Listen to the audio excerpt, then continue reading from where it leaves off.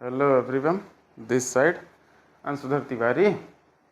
आज हम लोग अपना केमिस्ट्री का 5वां लेक्चर चालू कर रहे हैं। ठीक है, देखिए भाई, थोड़ा सा अब आपको सीरियसली पढ़ना भी पड़ेगा और सीरियसली सपोर्ट भी करना पड़ेगा। सीरियसली मीन टू से बात ऐसा है कि हम क्या प्लान कर रहे हैं। देखिए, आपका 2 सब्जेक्ट मतलब साइंस का ही सेक्शन चल रहा है, लेकिन मेरा जो प्लानिंग है आप लोगों को पढ़ाने का वो कुछ इस प्रकार से है कि जैसे आपका स्कूल होता है मल्टी सब्जेक्ट्स का, एग्जैक्टली सेम वे में हम लोग यहाँ पर भी free of cost on daily basis आपका मैक्सिमम सब्जेक्ट्स को कवर करवाएंगे। लेकिन उसके लिए क्या होगा भाई, अदर्स को अगर बुलाना है तो मोटिवेशन चाहिए। तब उनसे हम रिक्वेस्ट कर सकते हैं कि due to the request of public हमको ज़रूरत है क्लासेस की, सब्जेक्ट्स की, टीचर्स की, तो वो आएंगे, आप क्लास करेंगे। लेकिन पहले आप मोटिवेट कीजिए। मोटिवेशन का क्या है तरीका भाई, सब्सक्रिप्शन को बढ़वाइए। ठीक है, चलिए चालू करते हैं हम लोग आज अपना पढ़ाई। तो थोड़ा सा रिवीजन कर लेते हैं। What is chemical reaction. Chemical reaction क्या था? केमिकल रिएक्शन था बेटा कॉम्बिनेशन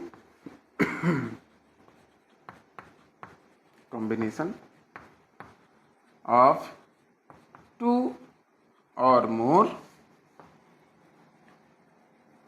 elements और कंपाउंड। ठीक है, अब ये 2 या 2 से अधिक एलिमेंट या कंपाउंड आपके तत्व या यौगिक आपके जुड़ेंगे तो होगा क्या?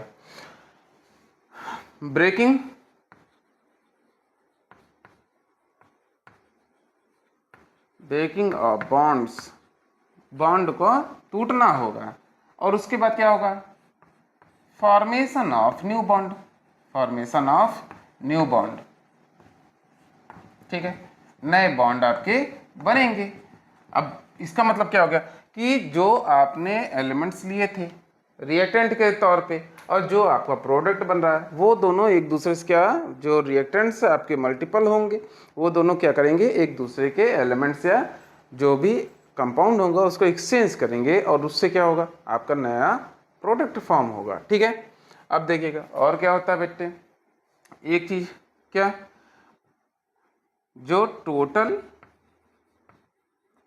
मॉलिक्यूलर मास होता है, मॉलिक्यूलर मास रिएक्टेंट का, ठीक है, वही क्या होगा, प्रोडक्ट का भी होगा।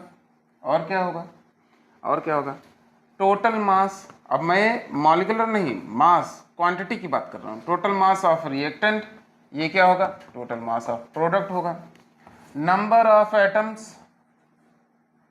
ऑफ एटम्स इन रिएक्टेंट, वो किसके इक्वल होगा, number of atoms in product. ठीक है, और इसी कारण से आप ये जो लास्ट के 3 चीजें हैं, total molecular mass, total mass और टोटल नंबर ऑफ एटम्स, इन्हीं कारण से आप लोग क्या करते थे बेटा, बैलेंसिंग करते थे। क्या करते थे, बैलेंसिंग। किसका बैलेंसिंग करते थे, बैलेंसिंग ऑफ केमिकल इक्वेशंस। ठीक है ना, किसी भी केमिकल इक्वेशंस का बैलेंस करते थे। ठीक है, केमिकल इक्वेशन क्या होता है, किसी केमिकल रिएक्शन का उसके एटम्स, एलिमेंट्स या कंपाउंड के फॉर्म, जनरल उसके केमिकल नेम के अकॉर्डिंग रिप्रेजेंटेशन करना ही क्या था, आपका केमिकल इक्वेशंस था। चलिए, हम लोग केमिकल इक्वेशन पढ़ लिए थे, उसको बैलेंस करना सीखा था। बैलेंस करने के लिए हमने basic trial and error method का यूज कर लिए थे। हमको पढ़ना क्या है, अब देखिएगा, लास्ट आपका एक ही टॉपिक बचा हुआ है बेटे। वो क्या है, लास्ट आपका जो टॉपिक बचा है वो टॉपिक है टाइप्स ऑफ रिएक्शन। कितने प्रकार के आपके रिएक्शन होंगे। याद होगा जब शुरुआत में हम लोग इसको चैप्टर को शुरुआत किया था तो मैंने सिलेबस नोट कराया था। ठीक है, सिलेबस नोट कराया था और उसमें था टाइप्स ऑफ रिएक्शन में हम लोगों ने 5-6 नाम मेरे ख्याल से नोट किए थे टाइप्स ऑफ रिएक्शन में। ठीक है, कौन सा था बेटा, एक था आपका पहला कॉम्बिनेशन रिएक्शन। क्या था, कॉम्बिनेशन रिएक्शन।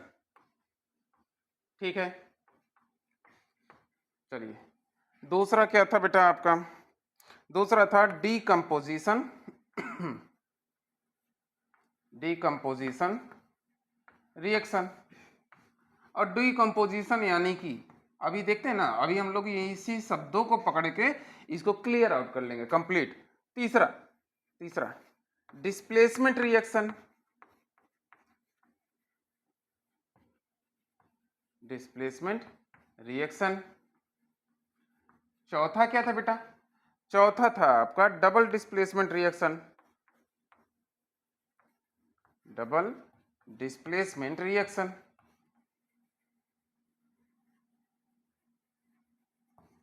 ठीक है, और लास्ट आपका था बेटा, लास्ट आपका था देखिए combination, decomposition, displacement, double displacement, और पांचवा जो इंपॉर्टेंट में था आपका रेडॉक्स रिएक्शन। क्या था, रेडॉक्स रिएक्शन।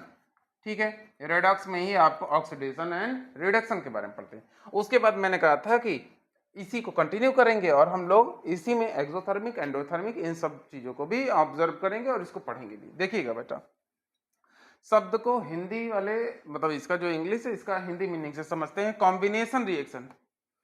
कॉम्बिनेशन, कॉम्बिनेशन का बेसिक मीनिंग हमको पता है। कॉम्बाइन क्या होता है बेटा, जब कोई चीज एक दूसरे से चिपक जाती है, दैट इज कॉल्ड कॉम्बिनेशन। तो कॉम्बिनेशन रिएक्शन क्या होता है, जब दो या दो से अधिक एलिमेंट्स कंपाउंड मिलते हैं और मिलने के बाद क्या करें बेटा, एक सिंगल आपका प्रोडक्ट क्रिएट कर देते हैं, that is called combination reaction. अभी हम लोग उसका डिफिनेशन लिखेंगे, ठीक है ना। तो इसका जो स्टैंडर्ड हम लोग रिप्रेजेंटेशन कैसे होता है बेटा, ये होता है जैसे मैंने दो प्रकार के एलिमेंट या कंपाउंड ले लिए ए और बी, इनका रिएक्शन हुआ और रिएक्शन होकर क्या हुआ, एक सिंगल एलिमेंट आपका या कंपाउंड आपका बन गया क्या, see. That is known as combination reaction. Standard का स्केलेटल इक्वेशन आपका ये है, ठीक है। डीकम्पोजिशन रिएक्शन देखिएगा, डीकम्पोजिशन, डीकम्पोजिशन होता क्या है, डीकम्पोजिशन मीन टू से कि किसी एक मटेरियल को ले लीजिए, आप उसको मल्टीपल तोड़ दीजिए और वो क्या करे, पटकने के बाद छोटे छोटे टुकड़ों में टूट जाए, that is known as decomposition. वो हो जाता है किसी एक चीज का उसके भिन्न भिन्न स्वरूपों में टूट जाना ही क्या कहलाता है आपका डीकम्पोजिशन। तो डीकम्पोजिशन रिएक्शन क्या होता है, एक ऐसा रिएक्शन जिसमें कोई एक मटेरियल जैसे एलिमेंट कंपाउंड जो भी मैंने लिया है, ये क्या करे बेटा, मल्टीपल आपके प्रोडक्ट में टूट जाए, सिंगल नहीं रह जाएगा। अब सिंगल आपका रिएक्टेंट हो गया, वो क्या हुआ, मल्टीपल आपके प्रोडक्ट में टूट गया। अब ये जो टूटा है इसका रीजन क्या है, इसका रीजन होता है बेटा तीन प्रकार के, हम लोग जनरली रीजन पढ़ते हैं। तो ये जो डीकम्पोजिशन होता है इसके पीछे बैक में होता है बेटा एक प्रकार की ऊर्जा। किसी भी चीज को, कार्य को करने के लिए हमको जरूरत होती है किसकी, ऊर्जा। एग्जैक्टली यहाँ पर रिएक्शन को भी करने के लिए हमें जरूरत किसकी होगी, ऊर्जा की। अब यहाँ पे ऊर्जा कौन सी है, तो जनरल वे में हमारा जब कोई रिएक्शन होता है तो जनरल वे में हमेशा के लिए याद रखिएगा, एनर्जी के रूप में हम लोग तीन प्रकार की एनर्जी को यूज करते हैं। कौन कौन सी, एक है आपकी हीट, क्या है, हीट है, ठीक, देखिएगा, एक है आपकी हीट, दूसरा है आपकी लाइट, और तीसरी है आपकी बेटा इलेक्ट्रिसिटी।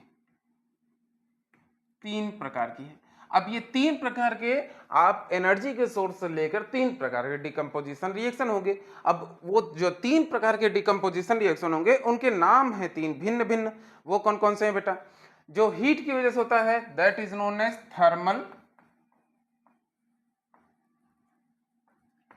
Decomposition reaction. चलिए डीकम्पोजिशन रिएक्शन, चलिए जो लाइट की वजह से होता है, लाइट की वजह से बेटा आपका सॉरी जैसे हम लोग वो होता ना कि क्या कहते हैं सौर सौर ऊर्जा वाला, तो ऐसा जब यहाँ पर सनलाइट वाला ही चीजें आपकी होंगी तो ये जनरली लाइट को हम लोग क्या कहते हैं बेटा, फोटो। जैसे आप लोग आइंस्टीन का एक थ्योरी है जिसमें वो उन्होंने बताया था कि लाइट जो होता है ना वो पैकेट्स में चलते हैं, फोटो फॉर्म में चलते हैं। तो याद रखिएगा लाइट जो आपका डिकम्पोजिशन होना है that is known as photochemical decomposition. क्या कह रहा था बेटा, फोटो केमिकल डीकंपोजिशन रिएक्शन। ठीक है,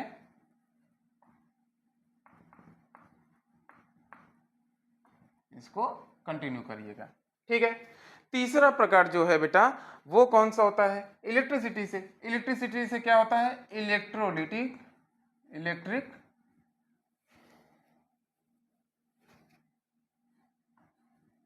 इलेक्ट्रोलिटिक डीकंपोजिशन रिएक्शन। इलेक्ट्रोलिटिक का हम लोग एक उदाहरण पढ़ भी लिए थे बेटा, जिसमें आप लोग वाटर लिए थे और उसमें इलेक्ट्रिसिटी को पास किया था, हाइड्रोजन गैस और साथ में ऑक्सीजन गैस, दो फॉर्म में वो टूट गया था। ठीक है ना? तो ऐसे आपके तीन प्रकार के डिकम्पोजिशन रिएक्शन होंगे। डिस्प्लेसमेंट क्या होता है बेटा? डिस्प्लेसमेंट क्या होता है? पोजीशन का चेंज होना। क्या होता है बेटा? पोजीशन का चेंज होना। जैसे मैंने क्या किया, जैसे मैंने ले लिया A प्लस BC करके एक ले लिया, ये एक एलिमेंट है, ये एक कंपाउंड है, इनको लिया और लेने के बाद रिएक्शन को कंप्लीट किया। रिएक्शन कंप्लीट करने के बाद क्या किया, ये जो B और C का फॉर्म है ये एक साथ थे ना, ये क्या किया बेटा, टूट के एक दूसरे के पास चला गया। तो ये शिफ्ट हो जाना, एक के पास से दूसरे के पास डिस्प्लेस हो जाना, पोजीशन का चेंज कर देना, that is known as displacement reaction. Double displacement reaction कहता है अब यहां पर जो चेंजेस हो रहे हैं, पोजीशन की चेंजेस हो रहे हैं, वो डबल हो रहे हैं, यानी कि दो प्रकार के कंपाउंड्स आप लेंगे। कौन से? जैसे मैंने ले लिया, एक है AB, दूसरा है क्या बेटा, CD। अब इसका रिएक्शन कराया तो A और B का जो कॉम्बिनेशन है, ये क्या करे बेटा, A और C का कॉम्बिनेशन बना ले प्रोडक्ट में, और साथ ही साथ B और D का, ये दोनों एक दूसरे से क्या कर दिए बेटा, चेंज कर गए। That is known as double displacement. यहां पर देखिए दो बार डिस्प्लेसमेंट हो रहा है, दो पोजीशन अपने चेंज कर रहे हैं, that is known as double displacement reaction. Last है आपका रेडॉक्स रिएक्शन। रेडॉक्स जनरली आपके दो प्रकार के रिएक्शन का कॉम्बिनेशन है, ये दो प्रकार के वर्ड से मिलकर बना है। कौन कौन से? एक है ऑक्सीडेशन रिएक्शन, ठीक है, और दूसरा क्या है, रिडक्शन रिएक्शन। अब देखिएगा, ऑक्सीडेशन एंड रिडक्शन रिएक्शन।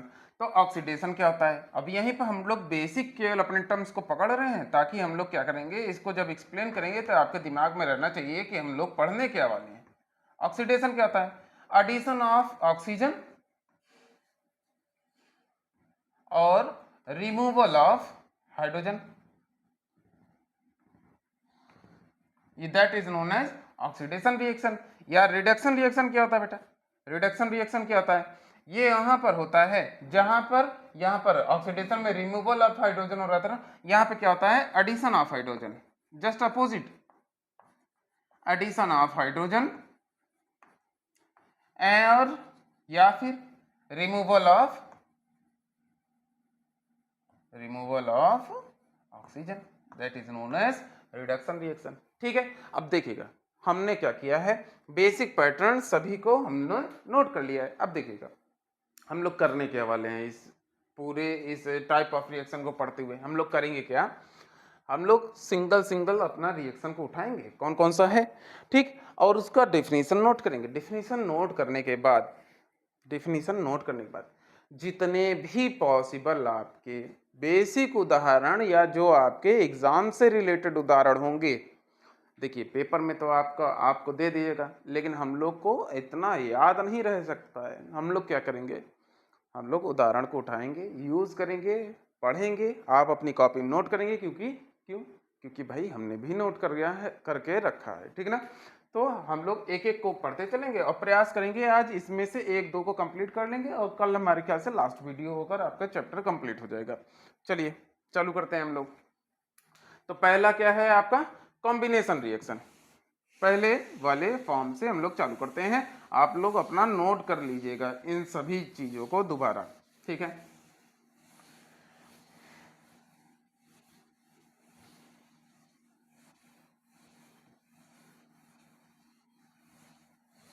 चलिए चालू करते हैं। आज काफी दिन बाद थोड़ा एनर्जी फील हो रही है, तबीयत सही हो रहा है थोड़ा थोड़ा, ठीक है। चलिए, तो हमारा पहला क्या था, combination reaction. The chemical reaction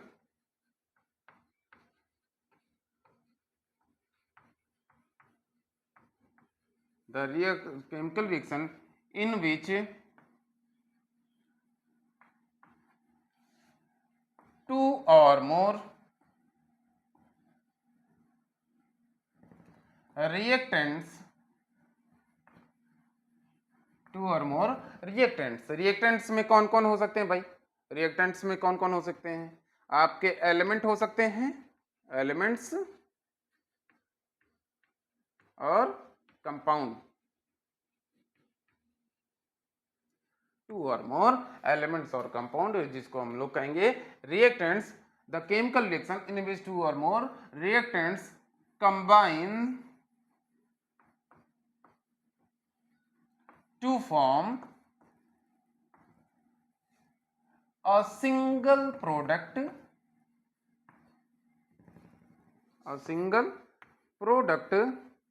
अब प्रोडक्ट में क्या बनेगा बेटा? प्रोडक्ट में आपका एलिमेंट तो बन नहीं सकता, तो बनेगा क्या? एक कंपाउंड बनेगा। क्या बनेगा बेटा? Compound.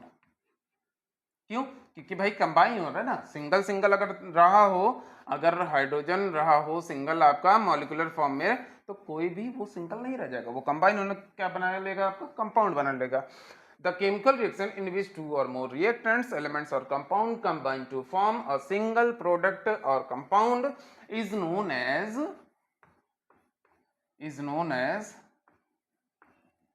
combination reaction. Combination reaction. अब मेरी बात को एक और गौर से सुन लीजिएगा। अब सोचिए ना, खुद इमेजिन कीजिएगा, कोई दो चीजें थी, स्वतंत्र अवस्था में थी, मतलब आपके नेचर में एग्जिस्ट कर रही हैं, तभी वो कंबाइन होंगी, ठीक है ना। अब वो आपके नेचर में जो कहा जाता है ना कि नेचर ने किसी भी चीज को फॉर्म किया है ना, तो वो इसी तरीके से फॉर्म किया है कि वो हमेशा क्या रहेंगी? बैलेंस रहेंगी। उसने बैलेंस को पहला प्रायोरिटी दी है, ठीक है ना। हर चीज बैलेंस बनाई है, तभी आपका नेचर एग्जिस्ट कर रहा है, तभी आपकी प्रकृति एग्जिस्ट कर रही है बेटे, तभी आप और हम जी पा रहे हैं, तभी सारी चीजें एग्जिस्ट हैं। अब मेरी बात को समझिएगा, आपका कैसे कोई दो प्रोडक्ट, जो कि दो चीजें, दो एलिमेंट्स आपके या दो आपके रिएक्टेंट्स, कैसे यूं ही तो कंबाइन हो नहीं जाएंगे? क्यों? क्योंकि भाई वो तो पहले से बैलेंस, तो उनको कंबाइन होने की कोई आवश्यकता नहीं थी। तो हुए क्यों? तो बेटा यहां पर याद रखिएगा कि कोई भी चीजें स्वतंत्र अवस्था में या फ्रीली जो आपके बैलेंस फॉर्म में है, वो यूं ही नहीं टूट सकते, चाहे वो टूटेंगे भी नहीं और जुड़ेंगे भी नहीं, यूं ही। तो जुड़ने या तोड़ने दोनों ही कंडीशंस में आपको या जनरली उनको बाहर से एनर्जी की जरूरत पड़नी ही पड़नी है। मेरी बात को अगर समझ पा रहे होंगे तो आप उससे रिलेट कर जाएंगे कि कोई भी चीज जो बैलेंस अवस्था में है वो यूं ही नहीं टूट सकती, उसको तोड़ने या जोड़ने के लिए आपको बाहर से सोर्स ऑफ एनर्जी देनी पड़ेगी। और इसी प्रकार से कॉम्बिनेशन रिएक्शन भी कैसे होता है बेटा? Due to the source of energy. और हम लोगों ने आपका रिडॉक्स डिकम्पोजिशन रिएक्शन में हम लोग टाइप जब पढ़ रहे थे, तो वहां पे सोर्स ऑफ एनर्जी के फॉर्म में आप लोग तीन प्रकार की एनर्जी लिए थे बेटा। कौन कौन सी? एक थी आपकी हीट, टेम्परेचर को इंक्रीज कर दिया, हीट को सिंबलाइज करते हैं हम लोग डेल्टा से, ठीक है ना, आपने हीट दिया, डेल्टा लगा दिया, ठीक है ना। या फिर आप लोग किसका? लाइट का यूज कर सकते हैं, लाइट का यूज करते हैं ना भाई, कई चीजें, कई रिएक्शन आपके लाइट की ही फॉर्म में हो जाता है, लाइट का ही ऊर्जा मिल जाती है। जैसे कोई भी जनरल रिएक्शन जो आपके ऑक्सीडेशन होता रहता है, मूर्छा होता रहता है, उसके लिए हमें किसी अदर चीज की जरूरत नहीं है, ना ह्यूमिडिटी की जरूरत है, थोड़ी सी नमी की जरूरत है, और साथ ही साथ थोड़ी सी एनर्जी के फॉर्म में लाइट का आपका काम कर जाता है, ठीक ना। तो ये लाइट की, या फिर आप इलेक्ट्रिसिटी की जरूरत पड़ती है किसी भी चीज को तोड़ने या जोड़ने के लिए, ठीक ना। तो यहां पर भी याद रखिएगा, चाहे कॉम्बिनेशन रिएक्शन हो, चाहे जो भी रिएक्शन होगा, वो इन नेचुरल वे में नहीं होता, उसको कोई ना कोई भाई बाहर से एनर्जी का सोर्स जरूरत है, ठीक है ना। चलिए नोट कीजिएगा इतना, ताकि हम लोग अब उदाहरण को ज्यादा से ज्यादा पढ़ लें, ठीक है ना।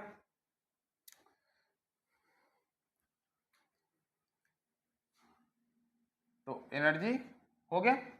अच्छा, कभी कभी हम लोग एनर्जी इस फॉर्म में ना देके फोर्स के फॉर्म में देते भाई। कंप्रेस करना ना किसी चीज को, जैसे हम लोग वो परफ्यूम वाला है ना, परफ्यूम बोतल में कैसे चला गया? यूं ही नहीं चला गया। उसके लिए क्या करते हैं हम लोग, बाहर से एनर्जी प्रेशर लगाते हैं, उस पर कार्य करते हैं, तो प्रेशर भी आपका यहाँ पर कार्य करेगा। कभी कभी हम लोग क्या करते हैं, कैटलिस्ट बाहर से सहायता दे देते हैं, तो उससे क्या होता है, तब भी आपका फॉर्म हो जाता है। तो इतनी चीजें आपकी होती हैं जहां पर आपका कॉम्बिनेशन रिएक्शन होता है। इसकी ज्यादा से ज्यादा भाई हम लोग उदाहरण करेंगे, ठीक है ना। चलिए नोट कर लीजिएगा जल्दी से।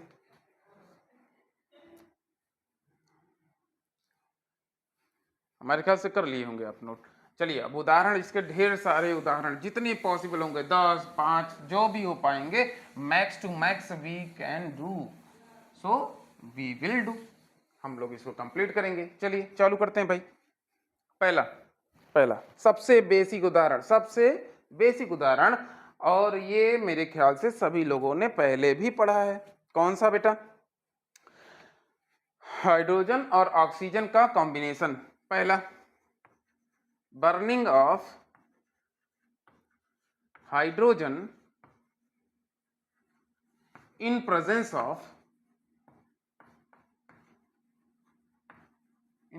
Of oxygen.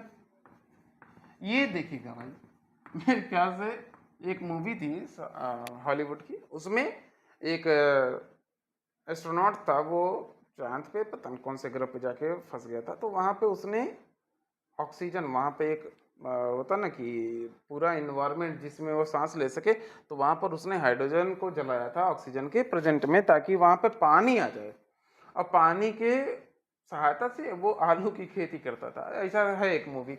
तो वही सेम सिचुएशन है। आपने क्या किया बेटा, हाइड्रोजन लिया। हाइड्रोजन जनरल वे में आपके कौन से फॉर्म में है, गैसियस फॉर्म में है। आपने उसके बाद क्या लिया, ऑक्सीजन लिया। अच्छा ये याद रखिएगा, ये हमेशा हाइड्रोजन ऑक्सीजन जनरल वे में बाई चांस जो जो याद रखिएगा, याद रखिएगा, जो चीजें या जो भी केमिकल एलिमेंट्स या जो भी एलिमेंट्स फुल्ली बैलेंस रहते हैं, यानी कि उनके आउटर मोस्ट ऑर्बिट आपके कंप्लीटली फिल्ड होते हैं, वही आपके सिंगुलर एलिमेंट फॉर्म में नेचर में एग्जिस्ट करते हैं। और उसके बाद जितने भी प्रकार के एलिमेंट हैं, उनकी बैलेंसी जो रहती है ना, वो पॉजिटिव नेगेटिव कोई ना कोई होती है। वो या तो एक्सेप्ट कर सकते हैं, या तो वो रिलीज कर सकते हैं। उनके पास या तो एक्सेस ऑफ इलेक्ट्रॉन होता है, या तो उनके पास डिफिशियंसी ऑफ इलेक्ट्रॉन्स होता है, या तो उनके पास कमी रहेगी, या तो वो उनके पास अधिकता रहेगी।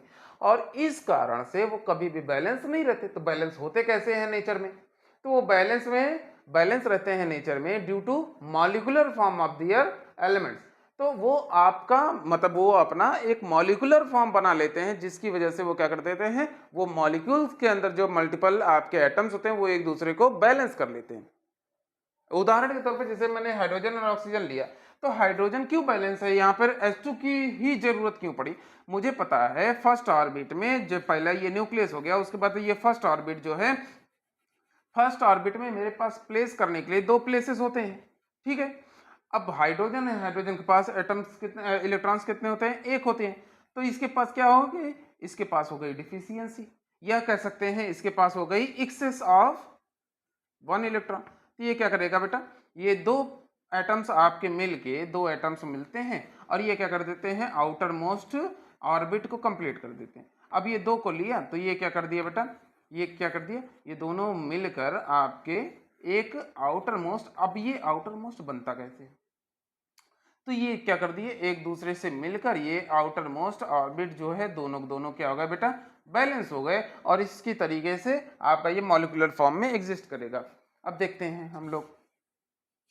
अच्छा, चीजें हो सकती हैं नॉट परफेक्टली ट्रू, या पूरी तरीके से सही ना हो, लेकिन समझने के लिए हम लोग ऐसा ही समझते हैं। देखिएगा, तो ये क्या कर दिया, कंबाइन हो गया, और कंबाइन होने के बाद ये क्या कर दिया, हाइड्रोजन ऑक्सीजन का कॉम्बिनेशन से हमें मिल जाता है क्या बेटा, H2O, लिक्विड मिलता है, लिक्विड फॉर्म में हमें वाटर मिल जाता है। अब ध्यान से देखिएगा, अब बैलेंस हम लोग सीख लिए हैं, तो बैलेंस यहाँ पर कर देंगे भी।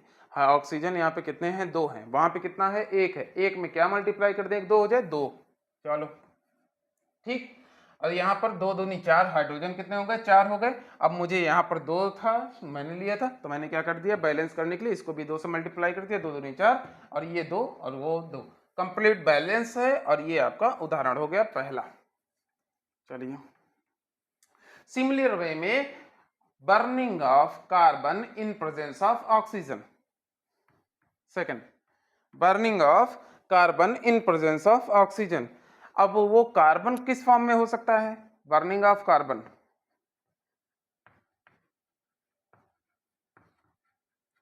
तो वो कार्बन किस फॉर्म में हो सकता है? वो कोक के फॉर्म में हो सकता है। किसके? कोक के। तो कोक के फॉर्म होगा, ये मैंने क्यों कर देता हूं इसको, कोक के फॉर्म में हो सकता है या फिर किसके? कोल के फॉर्म में, कोयला। ठीक है, अब इसको मैं ऑक्सीजन के प्रेजेंस में क्या कर रहा हूं बेटा? जला रहा हूं, तो ये C2 हो गया, ये O2 हो गया।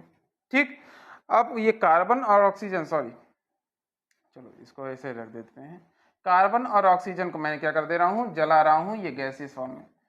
ये क्या करेगा बेटा? CO2 का फॉर्मेशन कर लेगा। क्या कर लेगा? CO2 का फॉर्मेशन कर लेगा। कार्बन आपका सॉलिड है, सॉलिड को मॉलिक्यूलर की जरूरत नहीं है, और ये बन गया क्या? गैस। और इसी कारण से ये कंप्लीट हो गया। चलिए तीसरा उदाहरण, हम लोग खूब ढेर सारे उदाहरण का यूज करेंगे। तीसरा है H2, गैसियस फॉर्म में ले लिया, ठीक, हाइड्रोजन को, और साथ ही साथ क्या ले लिया बेटा? क्लोरीन, क्लोरीन को ले लिया।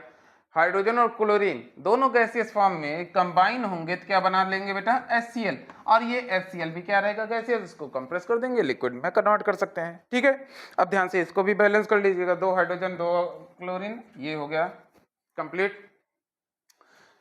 चौथा, सल्फर, ग्रीनिश कलर का होता है सल्फर, सॉलिड फॉर्म में। इसको मैंने क्या किया? ऑक्सीजन के प्रेजेंट में इसको मैंने रिएक्शन करा दिया, ये क्या बना लिया? सल्फर डाइऑक्साइड SO2, जो कि गैसियस जहरीली गैस होती है। चलिए नोट करिएगा इतना उदाहरण।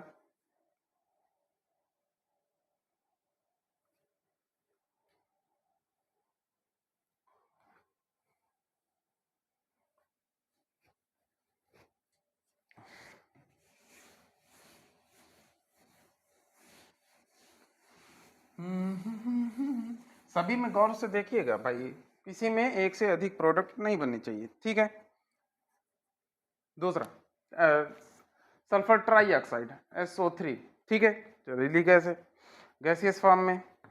इसको मैंने क्या किया है? H2O के प्रेजेंट में रिएक्शन कराया, क्या बन गया? ये बन गया आपकी सल्फ्यूरिक एसिड। क्या बन गई बेटा? Sulphuric acid H2SO4। चलिएगा नोट करेंगे, 4 oxygen complete, 1 sulphur complete, hydrogen 2 complete, सही है। और ये सल्फर डाइऑक्साइड आपके किस फॉर्म में बन गया? ये दोनों कंबाइन होके लिक्विड है, गैस मिक्स हो गया, ये एक्वस फॉर्म में बन गया। किस फॉर्म में? एक्वस फॉर्म में। चलिए और हम लोग कंप्लीट करते हैं, एक सेकंड कॉल आ गई थी। चलिए, और कौन सा है? कार्बन मोनोऑक्साइड, अरे sorry carbon mono, calcium oxide, ठीक है, CaO, calcium oxide. Calcium oxide बनता कैसे है भाई? इसको कहते हैं बुझा चूना। क्या कहते हैं? बुझा चूना, क्विकलाइम। चलिएगा,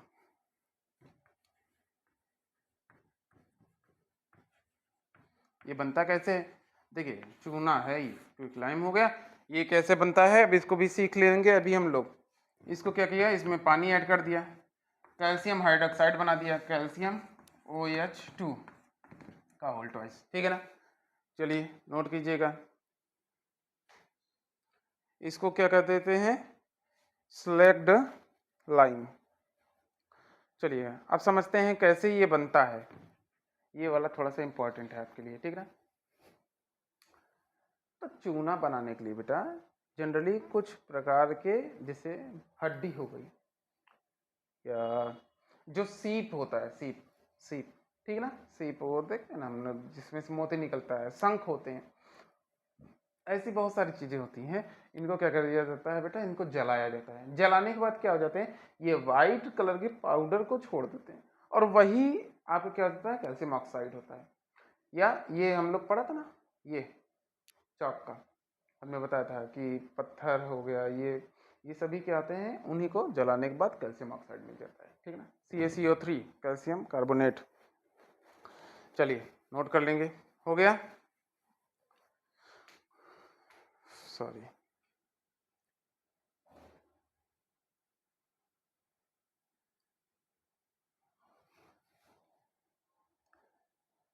एक और इम्पोर्टेंट में नोट कीजिएगा, इसको इम्पोर्टेंट डाल दीजिएगा।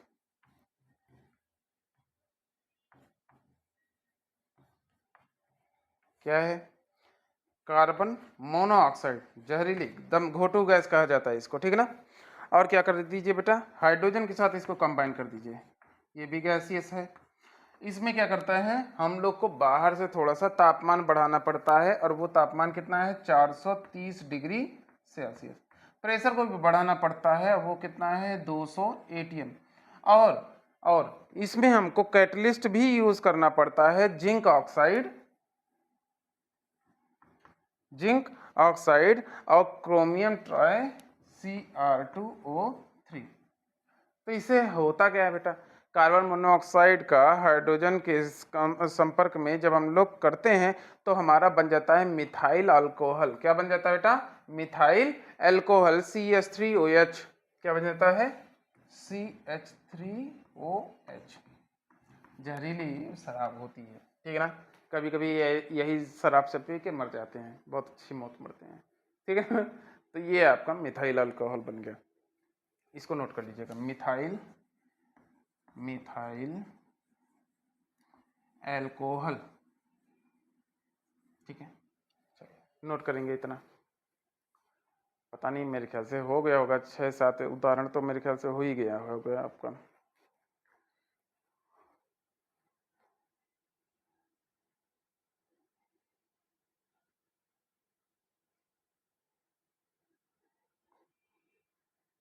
आपको कुछ मजेदार चीज बताऊं क्या? चलिए बताता हूं, इतना नोट करेंगे ताकि मैं बताऊं। बताना किससे है रिलेटेड, ये थोड़ा सा आप लोगों से रिलेटेड है। क्या? देखिए, पुराने समय में और आज के समय फिर से सब लोग बहुत मोटिवेट कर रहे हैं लोगों को।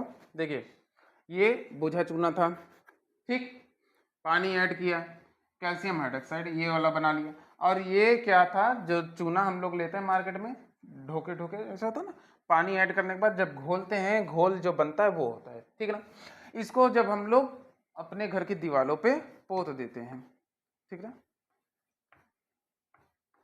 पोतते हैं, तो ये क्या करता है, 2 से 3 दिन में ये क्या करता है बेटा, कैल्शियम कार्बन डाइऑक्साइड जो हमारे नेचर में एग्जिस्ट करने वाली जो कार्बन डाइऑक्साइड होती है ना, इनको एब्जॉर्ब कर लेता है। क्या कर लेता है, अपने नेचर में एग्जिस्ट करने वाले कार्बन डाइऑक्साइड को एब्जॉर्ब करता है, और उसके बाद क्या बनता है, ये दोबारा बनाता है कैल्शियम कार्बोनेट CaCO3। याद करिएगा, कैल्शियम कार्बोनेट आपकी 2-3 चीज़ों में एग्जिस्ट कर रहे थे, हमने बताया था, चाक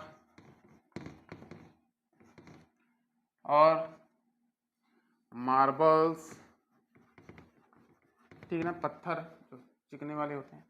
तो ये क्या कर देता है, मार्बल की क्या प्रॉपर्टी होती है, ये क्या होता है बेटा, शाइनी होता है। क्या होता है, शाइनी, ठीक है ना, चमकदार होता है, स्मूथ होता है, ठीक है, स्मूथ पॉलिश करने पड़ता है, लेकिन ये बेसिक प्रॉपर्टी। तो इसी तरीके से कैल्शियम हाइड्रोक्साइड को कार्बन डाइऑक्साइड जब एब्जॉर्ब करता है, ये पोताई करने के बाद का सिचुएशन है, कार्बन डाइऑक्साइड को जब ये एब्जॉर्ब कर लेता है तो बनाता है कैल्शियम कार्बोनेट, जो कि प्रॉपर्टी है किसकी, मार्बल्स की। उसकी वजह से क्या होती है, दीवारें ज़्यादा चमकदार होती हैं अगर आप उसको सही तरीके से कराए हैं, और बहुत ज़्यादा चिकनी होती हैं, और साथ ही मात्रा में थोड़ा सा निकलता है क्या बेटा, आपका H2O। चलिए, तो इसीलिए कहा जाता है, अब फिर से लोग कह रहे हैं कि हम लोगों को अपने घर पे चूने की पुताई करनी चाहिए, उससे घर ठंडा होता है, पर्यावरण शुद्ध होता है, बहुत सारी चीज़ें बोली जाती हैं, और उसका रीज़न यही है, और सुंदरता भी बढ़ रही है। देख लीजिएगा, ये कैल्शियम ये बना रहा है ना, calcium carbonate, that is why हम लोगों को कहा जाता है। चलिए नोट कर लेंगे।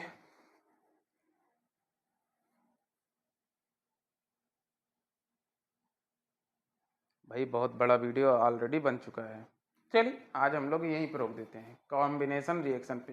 कल थोड़ा फास्ट खींचेंगे और आपका कंप्लीट कर लेंगे क्या, इस जितने भी टाइप के रिएक्शन हैं एक दिन और लेंगे। कोई अगर अदर टॉपिक अदर कोई सी बुक में आपके एग्जिस्ट कर रही है तो उसको भी कंप्लीट कर लेंगे, और मेरे ख्याल से 3 से 4 दिन में आपका कंप्लीट हो जाएगा चैप्टर। ठीक है, मतलब जो आने वाला वीक है उसके मिड में हम लोग कंप्लीट कर लेंगे चैप्टर। अब मैंने कहा है ना, थोड़ा सपोर्ट आप लोग बढ़ाइए भाई, व्यू बहुत स्लो जा रहा है, इसका मतलब पढ़ नहीं रहे हैं आप लोग, तो व्यू को थोड़ा सा तेज कीजिए। तो उससे क्या होगा, हम फिजिक्स केमिस्ट्री दोनों को साथ लेकर चलना चाह रहे हैं, एक एक चैप्टर दोनों हो जाएंगे, तो उसको क्या करेंगे, दोनों को प्रयास करेंगे कि एक चैप्टर फिजिक्स का एक चैप्टर केमिस्ट्री का एक साथ लेकर चलेंगे, छोटा छोटा वीडियो बनेगा ताकि आपके दोनों सब्जेक्ट्स आपके एज सुन एज पॉसिबल ख़त्म हो। और बाकी आपको बता ही दिया है, आपको करना क्या है, आपने करना है इसको share, like, comment, view timing को बढ़ाइए, आपको बेनिफिट आप स्वयं पाएंगे, वो भी फ्री ऑफ कॉस्ट। सारी मेहनत हमारा, सारा समय हमारा, आपने केवल क्या करना है, अपनी पढ़ाई को इम्प्रूव करना है। चलिए, थैंक यू वेरी मच। आज यहीं पे क्लास रोकते हैं, बहुत धन्यवाद।